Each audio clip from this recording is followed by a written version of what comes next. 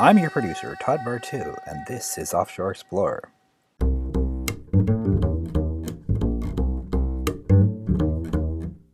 Offshore Explorer looks at the world from the sailor's point of view, port by port.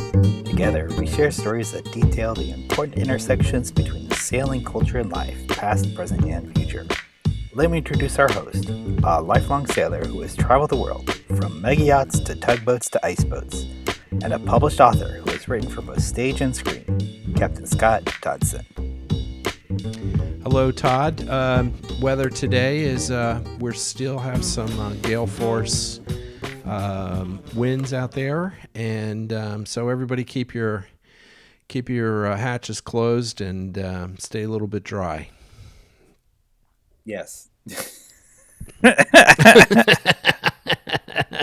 And you can say yes, Todd, because you know what? I know people don't understand that you know when there's a gale force wind and you're sitting in the dock and you're rocking around and the wind is blowing and all you can hear are your neighbor's halyards clanging up against their masts, mostly aluminum masts, and you don't ever remember to tell them when you next see them, please tie off your halyards so it doesn't bang against the mast, because it's driving me insane. But you always forget that. But that's a part of boating life, and my advice to everyone, please tie off your halyards before a good solid winder every day when you leave the boat. But I digress. Thanks for the bit of advice. So what do we have planned for this week's episode? Well, this week's episode is I ran across the books of Patrick O'Brian, and many of you will know the movie Master and Commander, which is the title of this.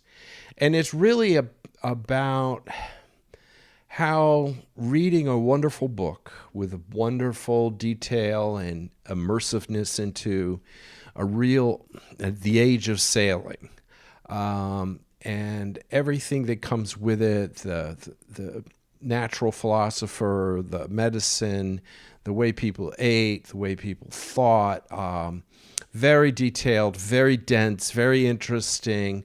And in fact, it could take a couple of times to read.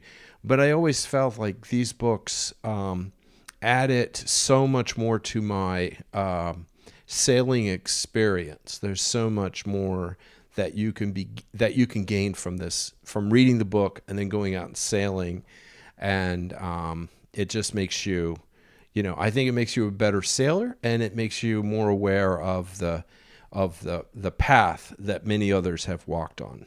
Okay, great. Take it away, Scott.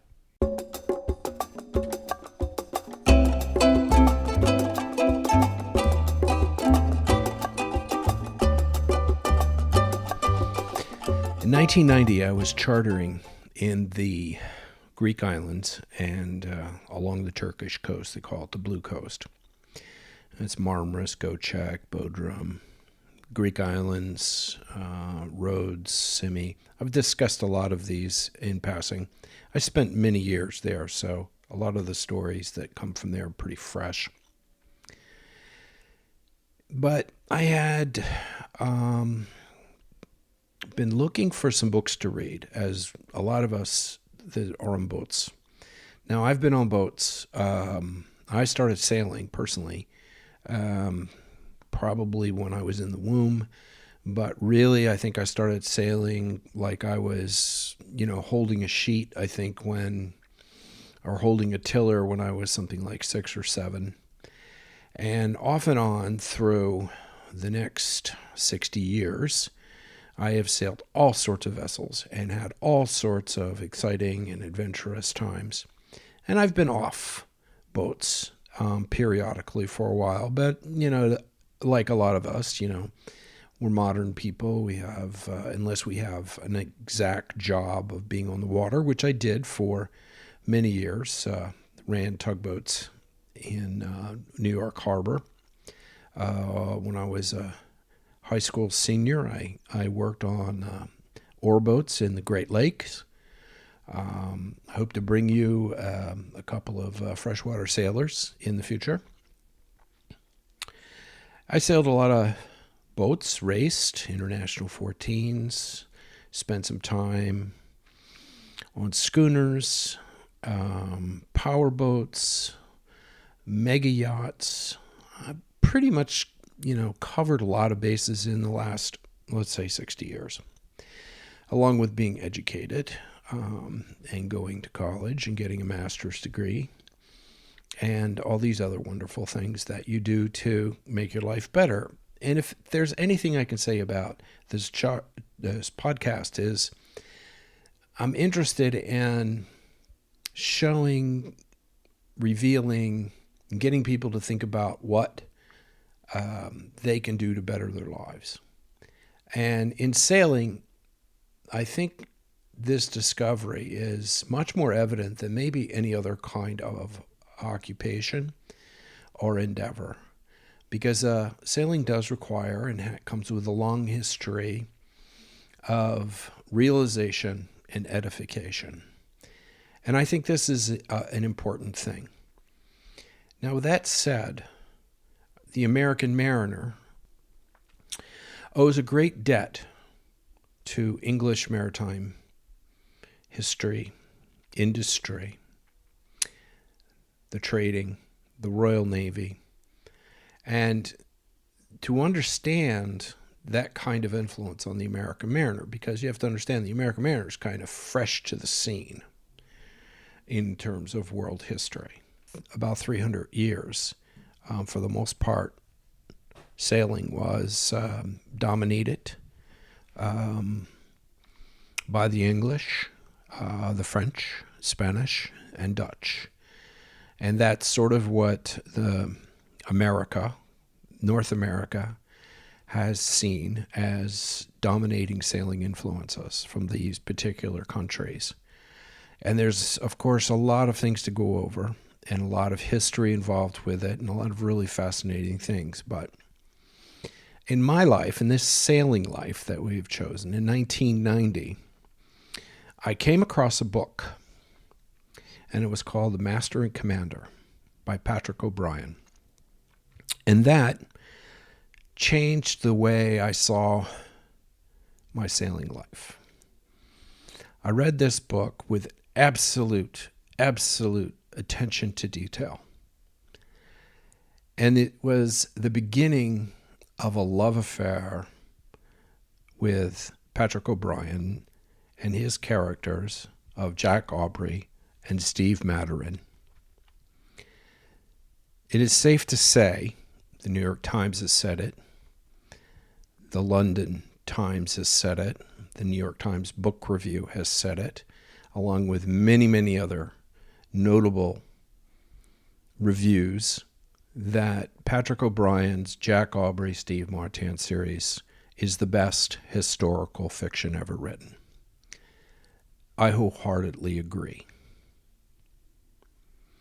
And in the first sentence of the book, the music room of the governor's house at Port Mahon, a tall, handsome, pillared octagon, was filled with the triumphant first movement of Locatelli's C major quartet.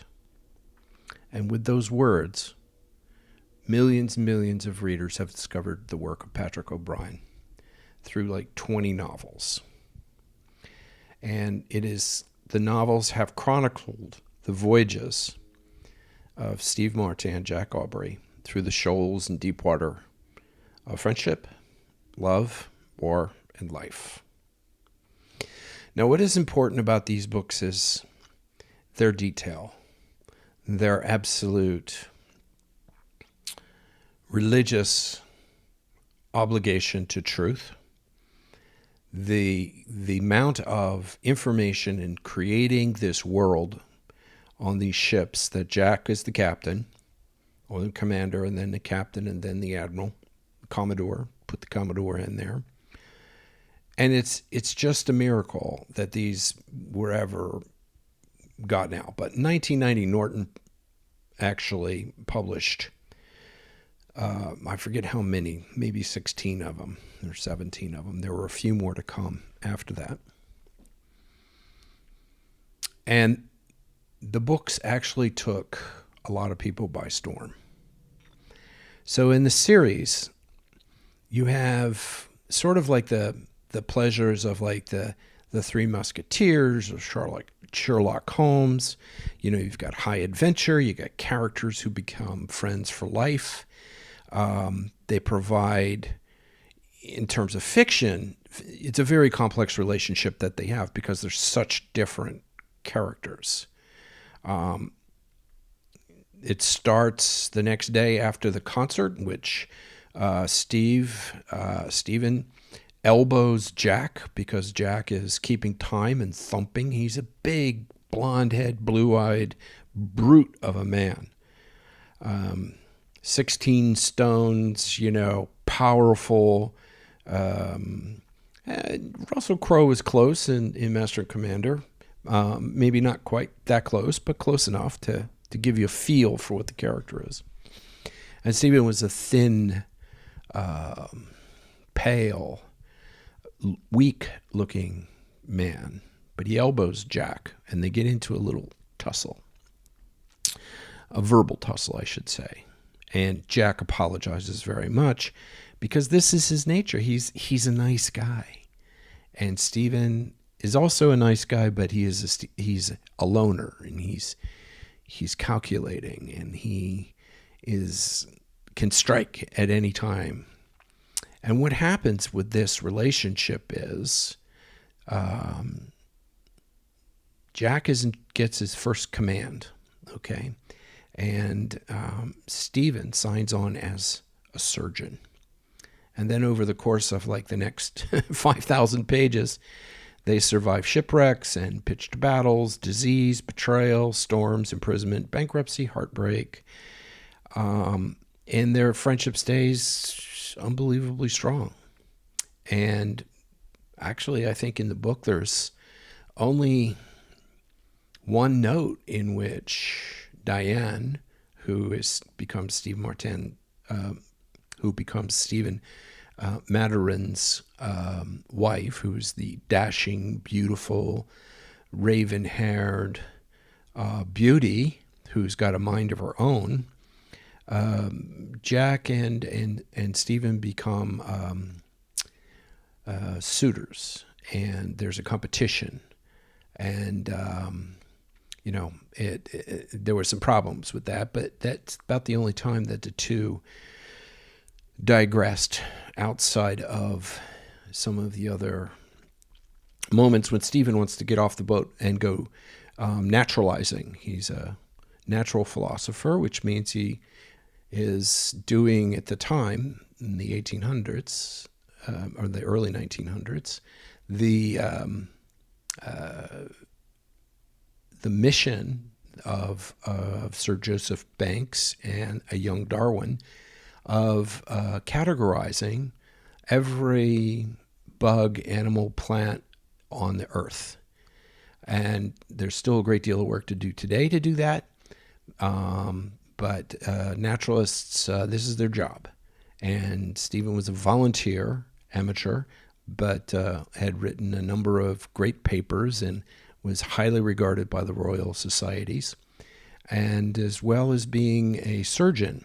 Now, he was a bit better than a doctor. A surgeon on a ship would normally be, sort of a glorified nurse, but Stephen was actually a real certified medical school doctor, which was quite rare, and gave him a great deal of authority over the men, because they understood that he was, it was uncommon for them to be able to have an opportunity to speak to somebody about their problems who was so well educated.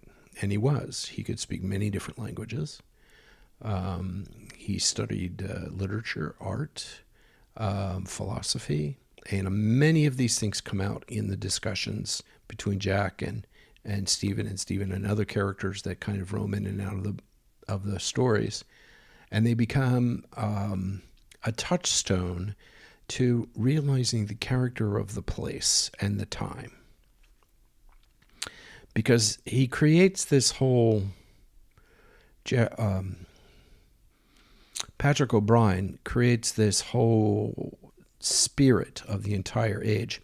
And even when you go and you think about Locatelli's Concerto at Sea, all of Locatelli's is really a work that is dashing, and has nobility to it, and has a sachet, and it's a wonderful piece of work to articulate exactly the kind of music that they were listening to at the time, and the pursuits are constantly, there's a lot of time on these ships, and officers could play violin, as Jack did, and could play viola, as Stephen did, but they played the German lute. They played many different kinds of things. There's one story in which a captain in the West Indies has a piano harpsichord in his cabin to play, and he's actually found somebody who was a piano tuner and knocked him on the head and got him in the Navy, and he can't leave. He just has to tune his harpsichord. It's a great tradition. It's a great insight into what people are doing, and reciting poetry and reciting stories. These were common things. No internet, no TV, no radio. You had to create your own entertainment. And reading. If you look at reading at this time, maybe the most famous book was Sterne, and you had a number of other books that had come out, Madame Bovary, these novels. The idea, the concept of the novel was something brand new. Never had novels before. It was just all new. This was new stuff. So for these men and these characters, which I think Patrick O'Brian gets across, this is an amazing time for them. Just an absolutely amazing time. And one of the things that I have found that it influenced me tremendously, being, I'm an English major, etc., and I read and I write. What amazes me is just the architecture of the world that Patrick O'Brian has set. And as I sailed, every single one of these little passages in a book had a kind of place in my head while I was sailing my boat or sailing a boat, right? Just as an example, O'Brian writes, and this is a Master and Commander, says, "We shall have to get the topsails off her presently, Mr. Dillon," he observed, picking up the transverse board. Okay, that's a board that marks the direction and degree of the tacks, if you're tacking into the wind.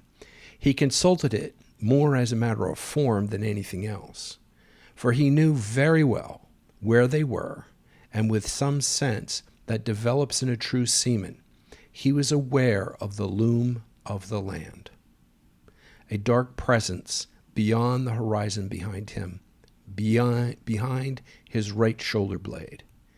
They had been beating steadily up into the wind, and the pegs showed almost equal boards, east-northeast, followed by west-northwest. They attacked 5 times. Sophie, the name of the vessel they were on, was not as quick in stays as he would have wished, and worn once. They had been running at 7 knots.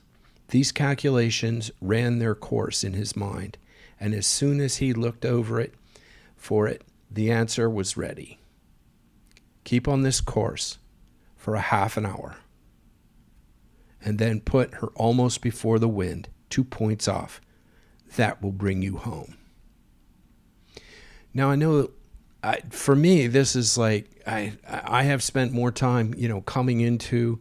It brings me into mind of coming into certain ports, of having to tack into these ports, upwind, everything that you could think of.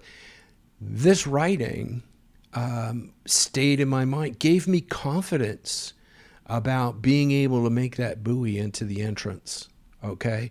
It showed me how mentally and spiritually how to calculate, this tack, that tack, the transverse board, how to keep it in my mind to know exactly where I am in terms of the boat. And this is one of the reasons I'm talking about this today, is because I think it can do the same thing for you.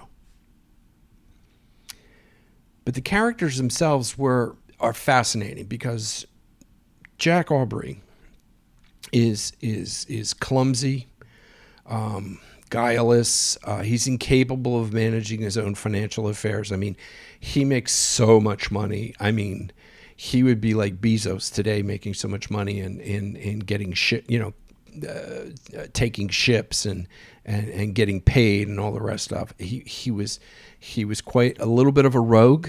He was foolish with women, but when he was in command of a British man of war, the most complex machine of his age that they could possibly build, he was an instinctive leader and a perfectly efficient predator. And I say this, that he was a predator. He was somebody that, he went to hunt for ships. Now, Jack's character is based ever so slightly on Cochrane, Lord Cochrane. Lord Cochrane was very famous about taking prizes and became quite rich. He also got into a lot of trouble on land. And O'Brien has said this, and if you look up Lord Cochrane, you'll find out that he is, or was, I should say, he was quite an amazing dude. His little 8-gun ship, which goes in the Master and Commander story, his little 8-gun ship, he took a 36-gun Spanish frigate, and he did it through guile. He did it through just plain being cleverer than the other guy. And he began to collect prizes left and right. And this was mostly along the Spanish coast, Mediterranean, Spanish coast, and the Balearics. This is where most of that action happened. But there is kind of some real characters that are involved here, because literally every battle, every voyage that's in these books has been researched. They're actually true voyages. What the characters are doing, of course, are not, because it's fiction, how they're feeling and all the rest. But the actual actions and some of the comments and the sayings and stuff will all be found in different diaries, in the Naval Chronicle, etc. So there's a lot of research that's gone into it, and a lot of it is pretty self-evident when you go to just take a quick look at it. So Stephen is Jack's antithesis. He's the son of an Irish officer and a Catalonian lady. He was a disillusioned Irish revolutionary who has made common cause with his natural enemy, the British Crown, to defeat an even greater evil, which was the tyrant Napoleon. And Stephen is a physician, as I said. He's a naturalist, as I said, and a linguist, but he's also an intelligence agent. And this is what makes the books, I think, bristle with excitement. Is if you like spy stories, this is a great spy story. It's not always about Stephen. It's not always about Jack. It's about their relationship, because Jack is taking an intelligence agent someplace, and this intelligence agent is always giving Jack inside information on how to become successful, to find this ship and all the rest of this kind of stuff. They get this shipment of gold, which is a huge story, and it happens that they conquer the ship. They take the ship with all this gold on it, and it finds out that that the treaty had just been signed. So it was like a crazy thing, and you get into all the bureaucratic stuff about doing that. But Stephen helps Jack's career quite a bit as his particular friend, and then Jack has the skill, he has the bravery, and he has the luck, and they call him Lucky Jack, because he always finds the big ship with lots of the prize, with lots of gold or whatever, coffee, whatever the case may be. And by the way, if you're a coffee lover, this book always talks about coffee, grinding coffee and finding coffee beans is coffee is like their main drink outside of wine, grog, beer. Coffee is their religious drink between the two of them. They always share a pot in the morning to wake them up. It's kind of a fun little thing that always goes on. But the book, in a sense, and this is why I think it's important for sailors today to read the book. I mean, the book may be difficult to read language-wise because O'Brien spends a great deal of time discussing medicine like it was practiced. He uses a lot of vocabulary that you may be unfamiliar with. But I can tell you there are books, there are dictionaries, O'Brien dictionaries, that you can look up. The food, for example, there is an entire cookbook that has been created of all the food that they served on the ship. Soused pig's head, which is one of Jack's favorite. The different puddings, suet pudding, and things of that nature, and how they cooked it. How they cooked the beef and the hardtack, and all the rest of that. And it's very interesting because you can get some information out of that for your own sailing needs, and how they kept things and how they managed to, keep their spirits up, And, one of the worst things is of course, grog and drinking. There was a lot of drinking. And, 350, 400 men on a 160-foot ship. That's a lot of people. And it's a lot of rum to drink and lime juice. Lime juice and rum was to keep down scurvy. Those people didn't eat a lot of vegetables at the time. They ate some vegetables, not as many as they should. And if you've ever wondered why we call the British limeys, that's exactly the reason. It's because they always had limes for their rum, and that's how they kept away scurvy. And the same thing goes why we call the Germans krauts. German were called krauts in the war because they all carried sauerkraut, and sauerkraut is a very good source of vitamin C to keep down scurvy. And there's a number of other little kind of facts like this that you can pick up and you can learn through the book, which I think are really interesting. And O'Brien, when he went to write these books, and these go back because he had written these books like late 70s, some of them in the late, Master and Commander was like 72, maybe. And then there was a couple of periods where he didn't write any books, or he wrote books and that weren't successful or published. But O'Brien, he went to the National Maritime Museum in Greenwich, which I am dying to go to. That's a bucket list place for me. The British Public Record Office. He read the logs of captains and masters and lieutenants. He studied ship plans. He scoured the memoirs and the correspondence of all the great commanders like Collingwood, Saumarez, Howe, Hood, Nelson. And he immersed himself in the Navy Chronicle, which was a monthly journal that ran through the entire period. And it was full of first-hand accounts of battles, personal information concerning sailors, scientific letters, and anything else connected to the day-to-day life of the Royal Navy. And it's just, I've looked at a few naval chronicles myself, and they are amazing. They are like must-read stuff if you love sailing and sailing history. The glimpses into what these people are doing, because here's the thing. Of all the historical lessons, most important historical lessons that we put, that as times change, okay, ships change, nuclear submarine, aircraft carrier, all these platforms, different kind of platforms. The one thing that doesn't happen is people do not change that much. That they have the same griefs and follies, and there's certain kinds of victories and mistakes and defeats between men and women. There is, in fact, the emotions that everybody felt back then are the same emotions we feel today. And there's sort of like a map, an org of our own lives.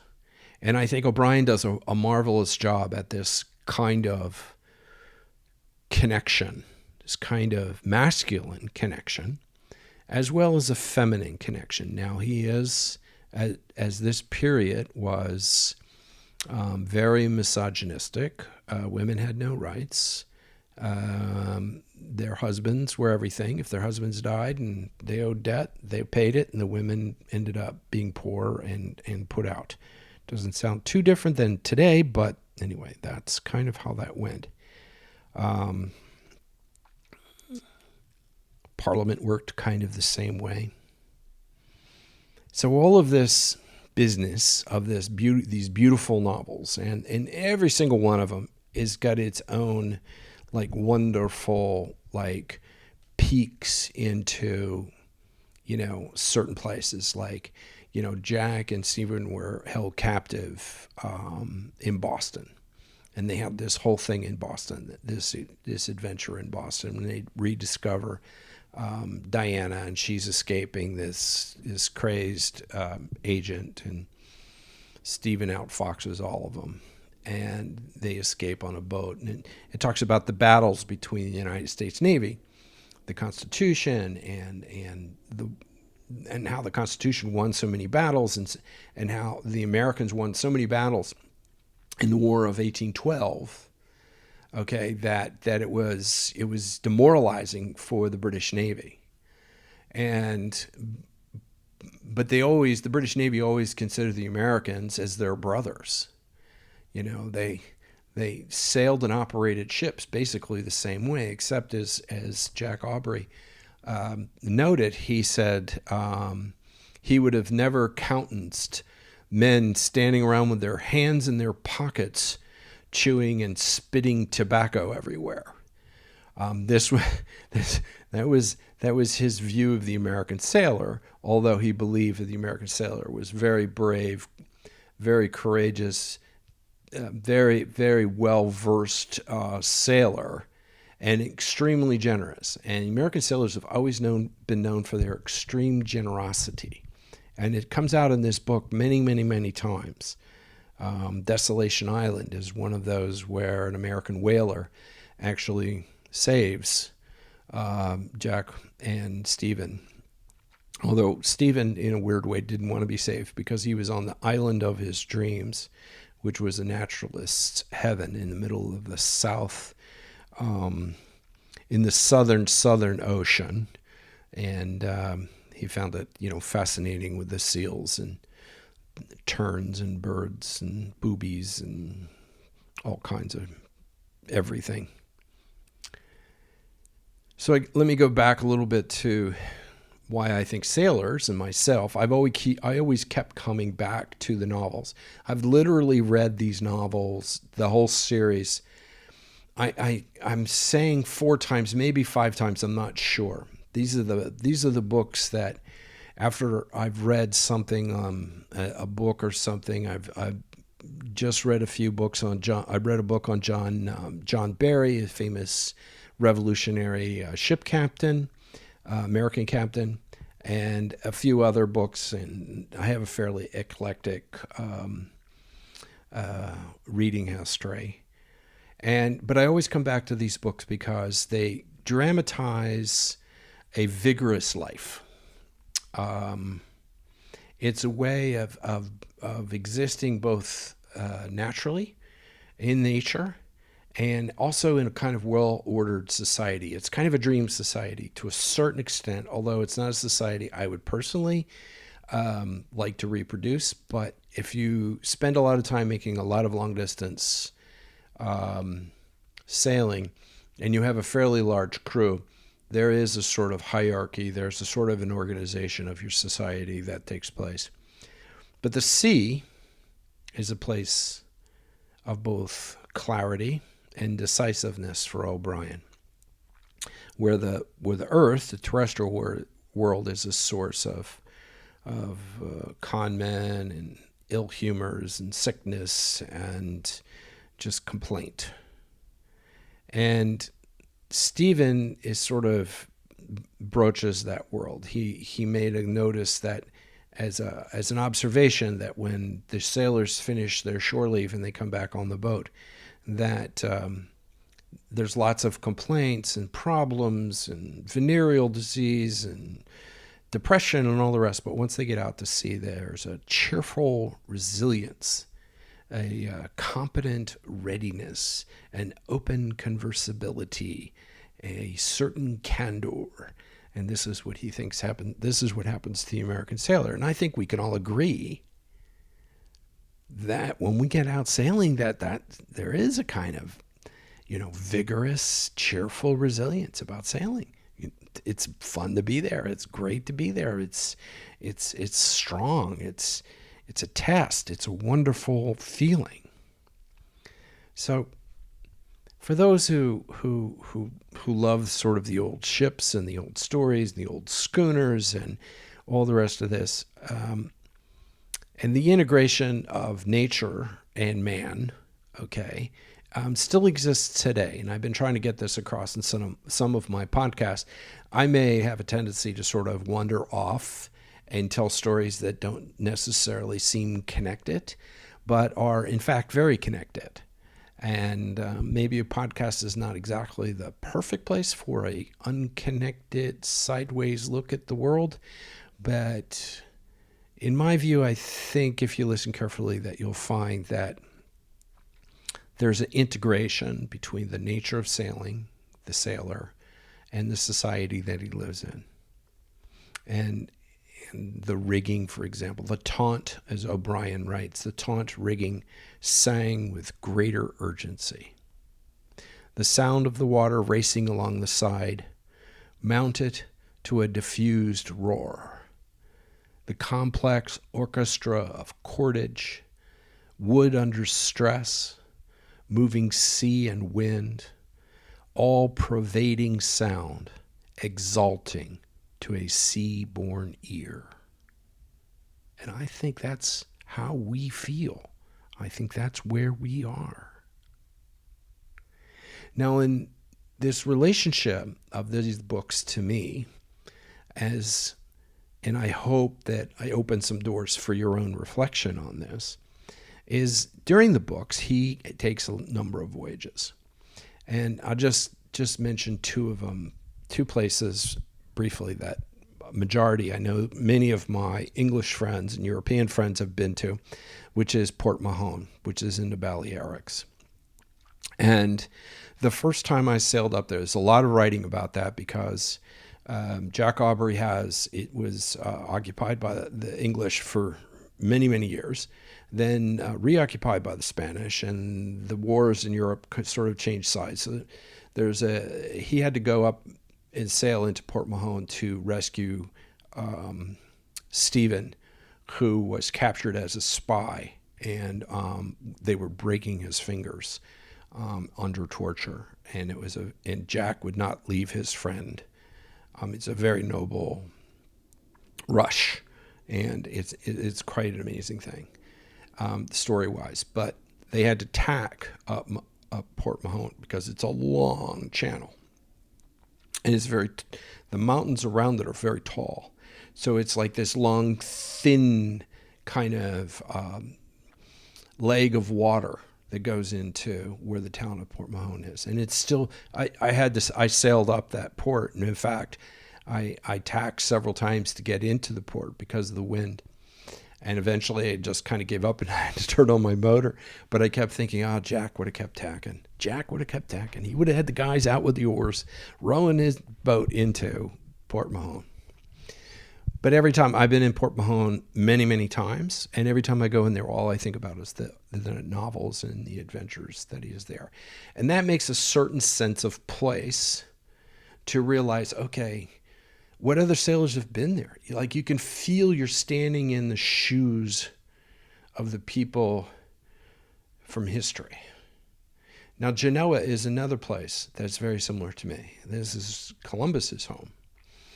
And Genoa is just a wonder. It's a commercial port. It's kind of a dirty port. It's kind of stuck up in a corner in Italy. It's got funky winds, but it's a lovely port. All in all, you'll find a lot of really beautiful yachts sitting up there. They have a boat show up there. But even walking around Genoa, looking at different statues and the nautical history, the whole Venetian Genoas, they were sailing around the world long before the English could butter their bread. So it kind of, when you read these stories, it gives you a sense of what the place that you're going to. It's the same with Boston. I've been in Boston, dozens of times, but after reading Aubrey's experiences in Boston, even though the buildings are gone and the port is still there, and you get the feel, you could smell the history of the place. And that is to me one of the super positive things of being, reading these books and being a sailor at the same time, because they have that kind of effect. Now, there's a kind of an interesting thing too, is that American trade and American whaling, which pops up throughout the books, they're at times adversaries and other times they're just victims of Jack. And but sometimes they're not. Sometimes they, Jack ends up protecting them to a certain degree. But the one thing to know is that during this period, the British, this is probably 1816, 1819. The British were really at wit's end. Napoleon had been captured. He'd been defeated. He had been exiled.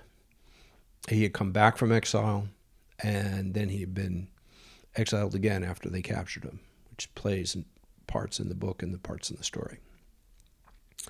But the British Navy was worn out. They were worn out because they chopped down basically every oak tree they could find in all of England, and to build boats with, because these boats take a tremendous amount of timber and wood. But the Americans had all the timber and wood you could possibly get. That's why the Constitution, by the way, was still one of the greatest design and greatest wooden boats ever built. We're talking about wood that cannonballs bounce off of. It's that kind of oak, that kind of 16 inches thick of wood, and she still could sail, and she could sail fast. And Jack admired that. In fact, if you watch Master and Commander, when he refers to the model of the ship, that, well, what a technological age we live in, right? That is basically the hull of the Constitution that he's talking about. Because the movie Master and Commander, the story Master and Commander are two different things. The Master and Commander movie has several elements of other books that are all strung together to make one movie story.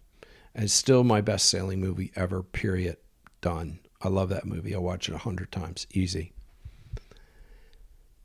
But there's something else about these books that's sort of just not the sailor in me, or just not the sailor, on how they affected people through their time. And I think they still do affect people who read them. And this is what great literature is about, how they have a kind of timeless quality of influence. I was in Greece, and I had a charter, and the charter was the owner of the boat I was driving. He and his wife had come down, and he was the president of American University in Athens. And at the time, it was a very complex time politically for him and other people. And he had the chargé d'affaires for the embassy in Greece. and they were all taking a vacation on the boat. So we're sailing them around. The guy, the charge d'affaires, I think his name was David. We're sailing around. He had his family there. We had bodyguards on there because there was some question about security and some funny stories with the bodyguards and whatever. And anyway, so we're all sailing around and, taking them to places, and they're eating, and we're all having fun. And we would anchor, and they would all go swimming and stuff. And what I would do is I would rest. And at the time, I was reading Jack Aubrey and Patrick, all the Patrick O'Brian books. And I was just sitting in the pilot house reading the books. And David came in to me and he says, "Oh, what are you reading?" And I said, "Oh, Patrick O'Brian. He's the greatest, best historical fiction ever," which I always say. And he goes, "Oh, that's amazing." He says, he was on the plane with the ambassador, which is Robert V. Keeley, who's a very famous American, not only as an ambassador to Greece, but because of his knowledge of history and some of the books he wrote. But his brother, Edmund Keeley, is a translator from Princeton and one of the great Greek translators of poetry. And one of my favorites is Janos Ritsos, who's a very important poet to me, and a journey that I have taken with a poet. His journey, where he lived in Samos, and there's a couple of little things about him and, the whole post-Second World War Greek history stuff. So I was really familiar with his brother, and I was familiar with Edmund, his other brother, who taught at Princeton. And David told me, he said he was recently on a plane with the Secretary of State, and at the time it was Madeleine Albright, and he said everybody was reading the Patrick O'Brian books. And I thought to myself, wow, that's kind of curious. Why is that?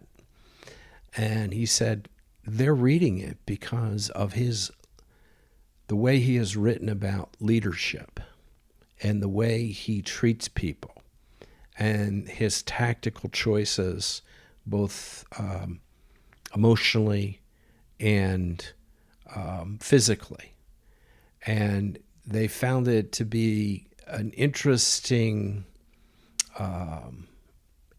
allegory, I guess, of what things could be today. So things change, time changes, but people don't. So some of his practices, Jack's practices, were equally admired by the Secretary of State and all the rest of that. So I ended up, I said, well, you know what? I said, do you have these books? And he goes, no, we don't have any books. So I ended up giving him, I think at the time it was 16 books. I said, here, this is for the embassy. And hopefully people will read them because they have a library in the embassy in Athens.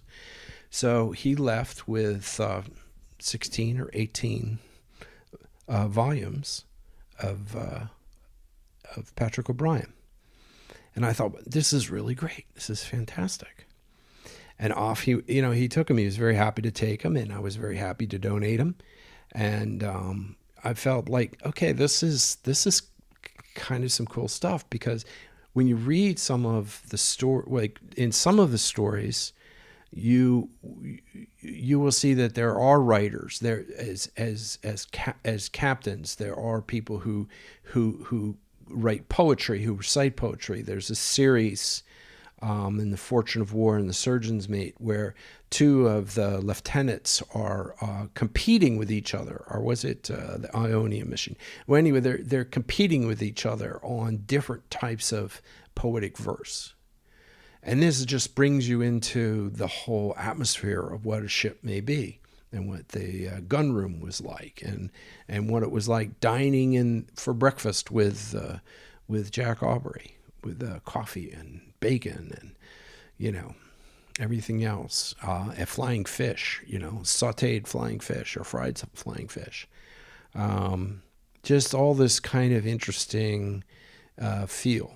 So the most important thing is to remember that sometimes, and very rarely are there books that can come across that really give you a sense of what sailing was like and how you could take those sailing experiences that are written so well and so eloquently and apply them to your own experience of going out on your 25-foot Catalina or your 40-foot Beneteau or whatever boat you're driving these days or sailing these days, and still have a sense of the historical and intuitive knowledge that you can gain from these novels. And so that's kind of my take on it. And thank you very much for listening. And remember Patrick O'Brien. Get all his Jack Aubrey, Steve Martin. Thanks.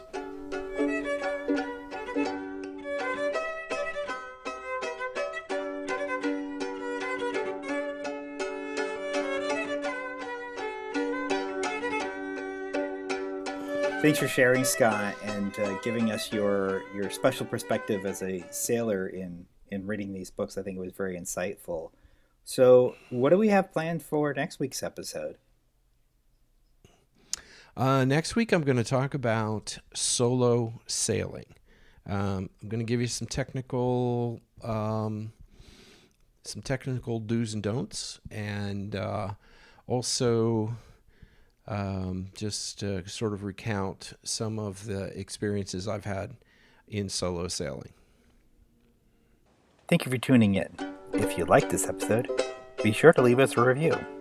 You can find past episodes on Apple Podcasts, Spotify, Pandora, iHeartRadio, Stitcher, or wherever you get your podcasts.